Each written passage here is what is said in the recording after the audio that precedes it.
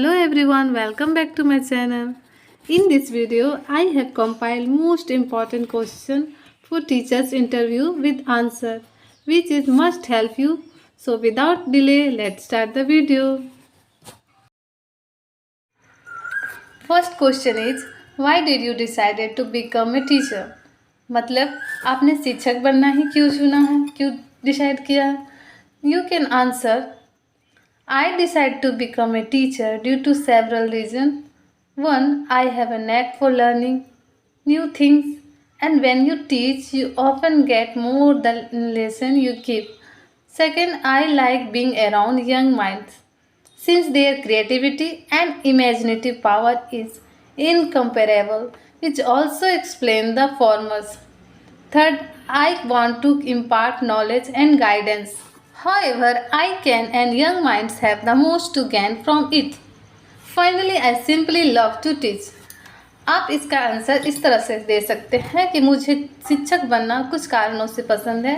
पहला कारण यह है कि जब हम कुछ पढ़ाते हैं, कुछ सिखाते हैं, तो हम खुद भी कुछ सीख रहे होते हैं। और दूसरा ये है कि मुझे यंग माइंड्स के पास रहना अच्छा लगता है क्योंकि उनकी क्रिएटिविटी और इमेजिनेटिव पावर इनकम्पेरेबल है, जो कि बहुत कुछ सिखा जाता है। और तीसरा, मुझे उनको नॉलेज देना, गाइडेंस देना बहुत पसंद है। फाइनली आप कह सकते हैं कि मुझे पढ़ाना बहुत अच्छा लगता है। दूसरा मेरा क्वेश्चन है, what is your teaching philosophy? आपकी टीचिंग फिलॉसफी क्या है? तो इसका आप आंसर दे सकते हैं, my philosophy as a teacher is to give knowledge with a practical approach. If the children understand what is the use of significance of what they are learning, they will retain its better. Also, I prefer to engage students with the lessons instead of one-ended flow of lesson, which has its own advantage in my cases. Using multimedia is also preferred by me since it raises engagement in the classroom and help everyone interact better. तो आप इसका answer दे सकते हैं कि मेरी teaching philosophy जो है वो प्रैक्टिकल अप्रोच पे है, जो कि बच्चों को बेहतर तरीके से समझाने में मदद करेगा। और ये प्रेफर करती हूँ कि बच्चों को किस तरह से इंगेज करके रखा जाए पढ़ाने में, इससे 1-to-1 इंटरेक्शन हो, जो दूसरों के साथ इंगेज करके पढ़ाई कर सके। What type of classroom management structure would you implement if you were hired? तो तीसरा सवाल के अंदर ये पूछा गया है कि आप किस तरह का स्ट्रक्चर मैनेजमेंट रखेंगे जब आपको इस स्कूल में हायर किया जाएगा। तो इसका आप जवाब इस तरह से दे सकते हैं, My classroom management aim primarily at a discipline and engaging environment, while the exact approach might differ for every cases. The basic approach is to shuffle seating arrangements, teaching with active discussion, imparting responsibility among students and counseling students from time to time. In one of the classes I overlooked, we had a daily arts and craft competition which can be finished throughout the day. This helped students who were faster at certain things have something to be engaged with while others work on it. सवाल के जवाब के अंदर आप कह सकते हैं कि हम जो है इस इन्वायरमेंट में अपना डिसिप्लिन को इंगेजिंग रखेंगे, जहाँ की हर केसेस में अलग अप्रोच अपनाएंगे। और सबसे पहले सीटिंग अरेंजमेंट जो है वो इस तरह से किया जाएगा, जहाँ डिस्कशन, अपने बच्चों का 1-to-1 डिस्कशन, रिस्पॉन्सिबिलिटी जो भी है, टाइम टू टाइम काउंसलिंग करेंगे। और फिर बहुत सारे arts and craft daily basis पे दूंगी, ताकि वो बच्चे जो है इस काम में ज़्यादातर एंगेज रहें और वो दूसरे कामों में उनका ध्यान नहीं भटके। तो इस तरह से हम क्लास को मैनेज रखेंगे। Fourth number question is, how have you used और how will you use technology in the classroom?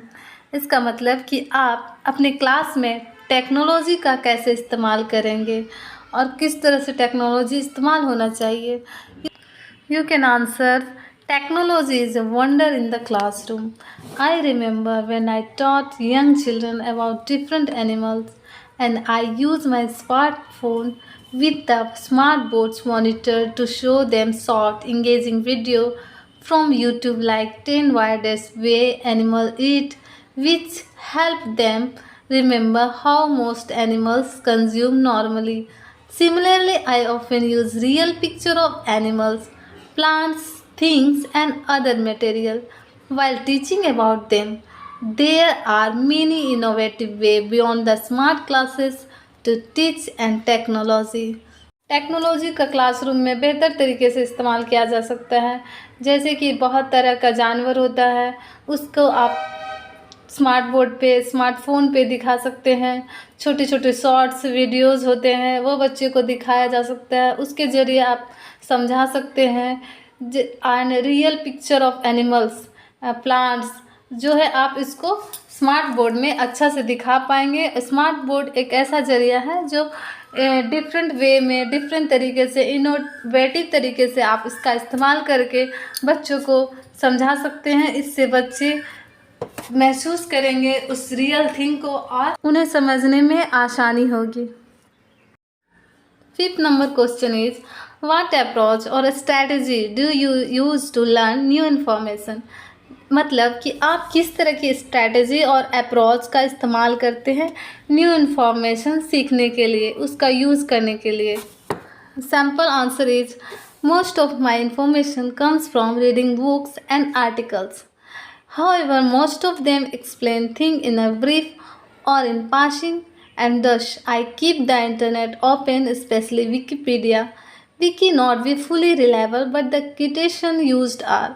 I also mark, highlight text or take notes to come back to later and do further research on it. This is especially advantageous when reading about history, political or scientific narratives.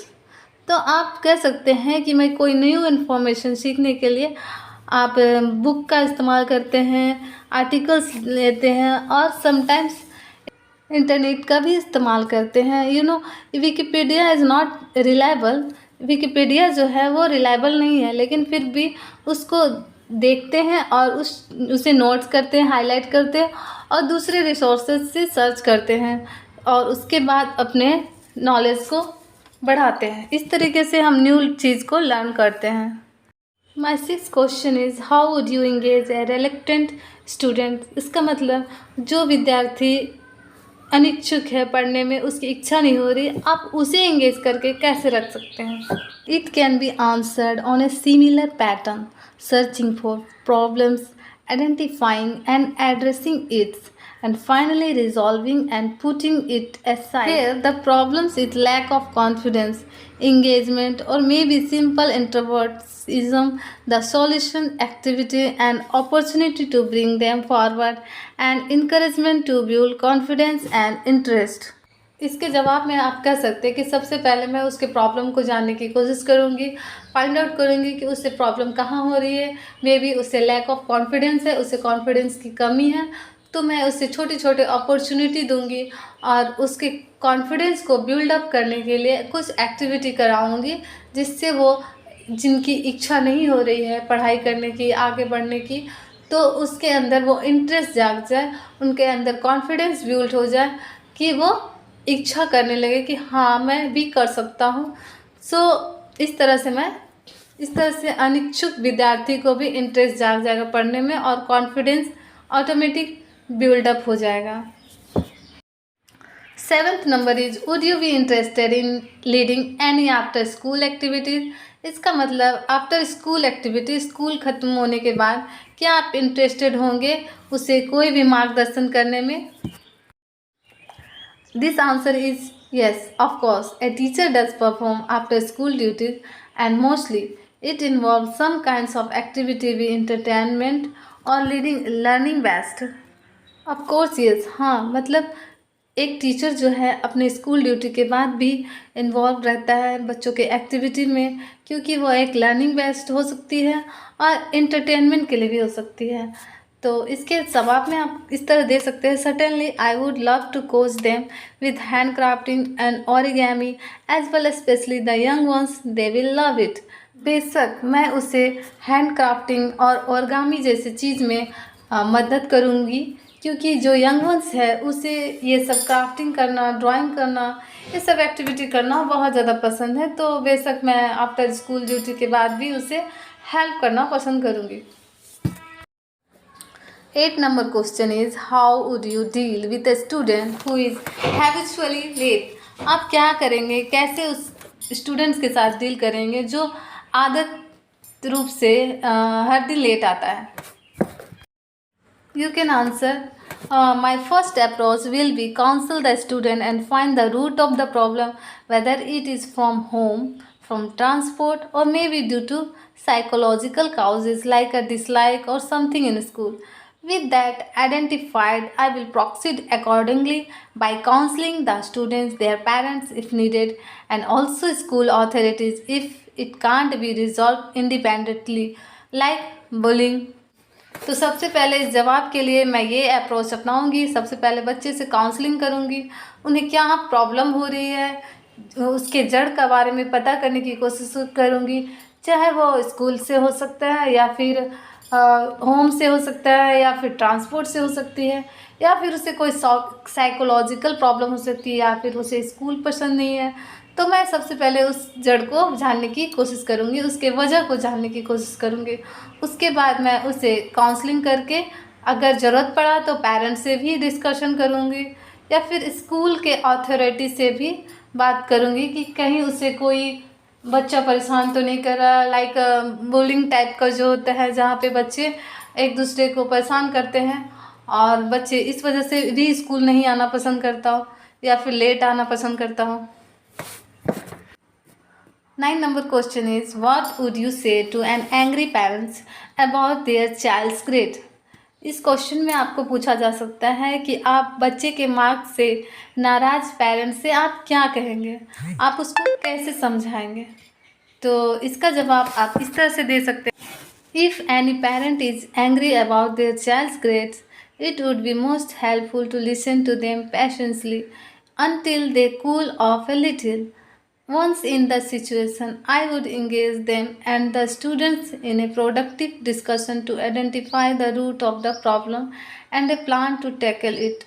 Often it is the parents' over expectation from their child and or the school which can be explained to them regarding the child's own set of strength and interest. इस तरह के सवाल में आप ऐसे जवाब दे सकते हैं कि अगर कोई पेरेंट्स जो है अपने बच्चे के मार्क्स को लेकर नाराज़ है, तो वो सबसे पहले मैं उसे पेशेंसली उसे सुनूंगी जब तक वो थोड़ा कूल ना हो जाए। उसके बाद मैं सिचुएशन को इस तरह से हैंडल करूंगी कि वो जो है उनका ये एश्योर कराऊंगी कि अगर आपके बच्चे का मार्क्स कम हुआ है तो किस कारण से हुआ है उसका मैं पता करूंगी, और उसे जहाँ तक पॉसिबल हो उसे ओवरकम किया जाएगा, उसके प्रॉब्लम को सॉल्व किया जाएगा। और सबसे पहले तो बच्चे का मार्क्स मैटर नहीं रखता है, बच्चे का मार्क्स के अलावा भी हो सकता है बच्चे का इंटरेस्ट कुछ और में हो, तो आप उस फील्ड में उसे आगे बढ़ाने की कोशिश करेंगे। और ये नहीं है कि सारे बच्चे के मार्क्स एक जैसे आए, हर कोई बच्चा का अलग अलग स्ट्रेंथ होता है, अलग अलग इंटरेस्ट होता है, वो उस फील्ड में आगे होता है। इसीलिए मार्क्स से किसी बच्चे को जज नहीं किया जा सकता और उसे एश्योर कराएंगे। माई 10 number question is, how do you evaluate students? इसका मतलब है कि आप बच्चे का मूल्यांकन कैसे करेंगे। इसका जवाब मैं इस तरह से दे सकती हूँ। I believe each individual has a unique set of strengths and areas for improvements. Thus, the comprehensive and inclusive approach to teaching helped me identify them.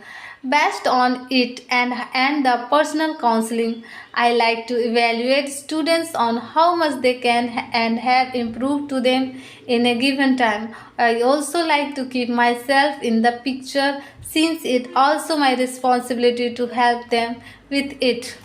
इसका मतलब है कि मेरा मानना है कि सभी का एक अपना यूनिक सेट होता है, इतनी ताकत होती है एरियाज ऑफ इम्प्रूवमेंट करने की, और जो कॉम्प्रिहेंसिव और इंक्लूसिव अप्रोच है जिसके ज़रिए मैं उसे पता करने की कोशिश करूँगी। पर्सनली मैं उसके काउंसलिंग करूँगी और जहाँ जिस एरिया में इम्प्रूवमेंट की ज़रूरत है मैं उसे उस मूल्यांकन के द्वारा उसे सुधार करने की बेहतर प्रयास करूँगी।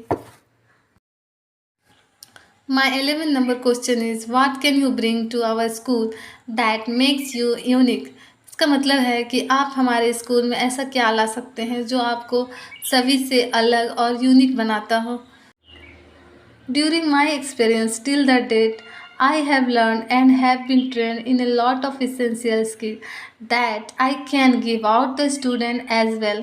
With that, I hope you score that exciting teaching job you have wanted along. Clearing the teacher interviews question is enough to be a teacher. You have to keep learning and improving yourself, develop a good communication with people of all stages and most important be passionate about what you do. मैंने आज तक अपने अनुभव से जो कुछ भी सीखा है, जो कुछ भी अपने ट्रेनिंग के दौरान सीखा है, वो सब मैं अपने बच्चे को सिखाऊंगी. मुझे ऐसा लगता है कि टीचर्स बनने के लिए सिर्फ इंटरव्यू पास करना और एग्ज़ाम पास करना काफ़ी नहीं है. एक टीचर अपने जीवन पर्यंत कुछ ना कुछ सीखते रहता है और वो अपने बच्चों को भी इस तरह से सिखाते रहता है. तो सबसे पहले ये बात होनी चाहिए कि जो हम लोग करते हैं उसको हम अनुभव भी कर सकें. वीडियो को अंत तक देखने के लिए आप सभी का बहुत बहुत धन्यवाद. अगर आपको मेरा वीडियो पसंद आया है तो प्लीज़ लाइक शेयर सब्सक्राइब करना ना भूलें. Thank you.